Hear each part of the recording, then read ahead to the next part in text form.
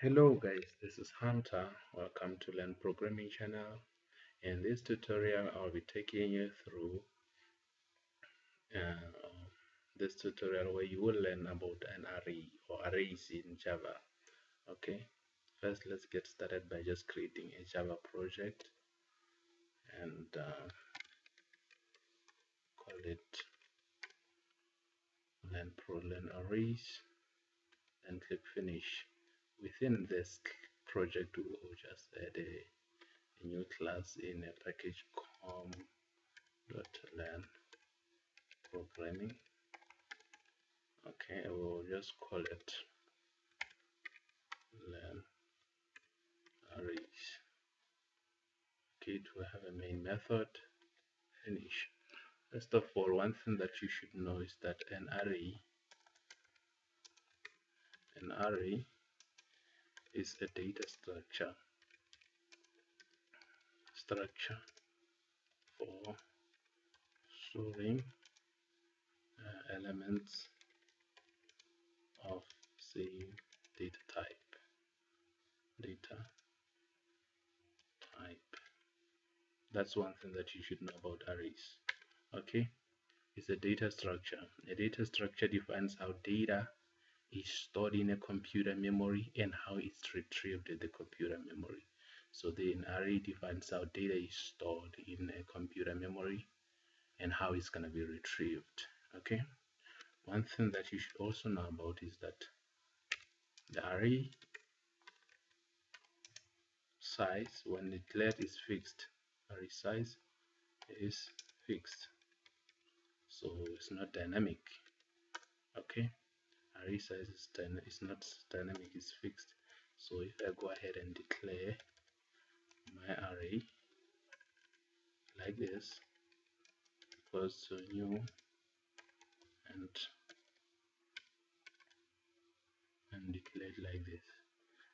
This 5 means I'm going to store only 5 elements in my array called primes. So this cannot be this cannot be altered. Okay, it can only be altered when the program is not running. Unlike array list, which is dynamic, you are not going to specify. When we are working with array list, you don't specify the length, but with arrays, you're going to specify the length of the array. Okay, so it's fixed, it cannot be changed. So this is how we declare variables, or this is how we declare an array. This is how you initialize the size of the array. Okay, now I'm going to show you how you store public void add values to arrays. Okay, how to add values to your array. Basically what you do, you just take the name of the array like this, okay, and then square brackets, then specify the index. Okay, because data is stored in form of indexes. Data is stored in indexes. Okay, so for example, this will be stored or will be linked to index 0. Whenever we want this value, we just call index 0. Okay, so let me just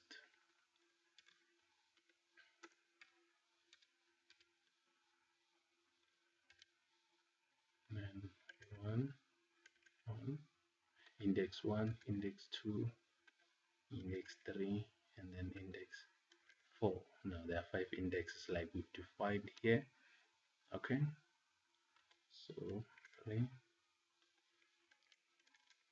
5, 7, 11, like this. Okay, so this is us adding values to our array. This is how you add your values to your array. Okay, you specify the name, square brackets, specify the index where you want to store your your value like that. Okay, so how about when you want to print values from your array? Okay, how about when you want to print values from your array? You just gonna have to iterate over your array. For int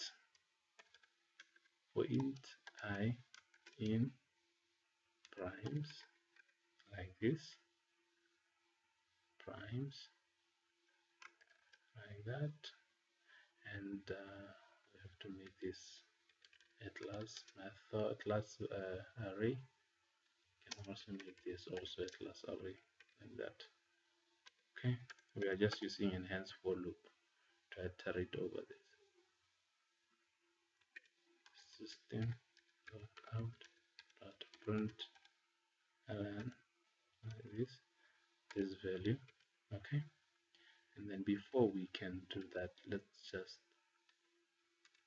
add these values to our array and see what will happen. Okay, let's see. Run. So we are getting 2 up to 11, 2, 3, 5, 7, 11. Okay, so this is how you would work with arrays. So if, for example, if you want to create an array of strings, this is how you do it. Names equals new, and specify the length. Okay, so you can just go ahead and add names. Just use the same method to add names. Names 0, index 0, then name redeemer. Okay, just like this. So I hope you guys have got clue of how to work with arrays.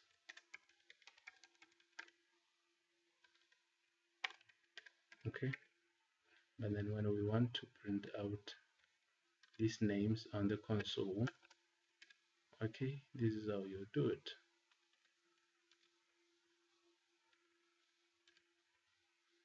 This is an array of strings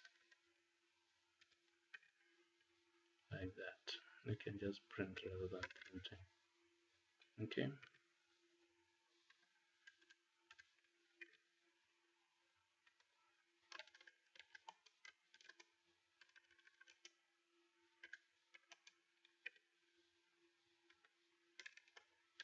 so let me just create some. Okay, now let's run it.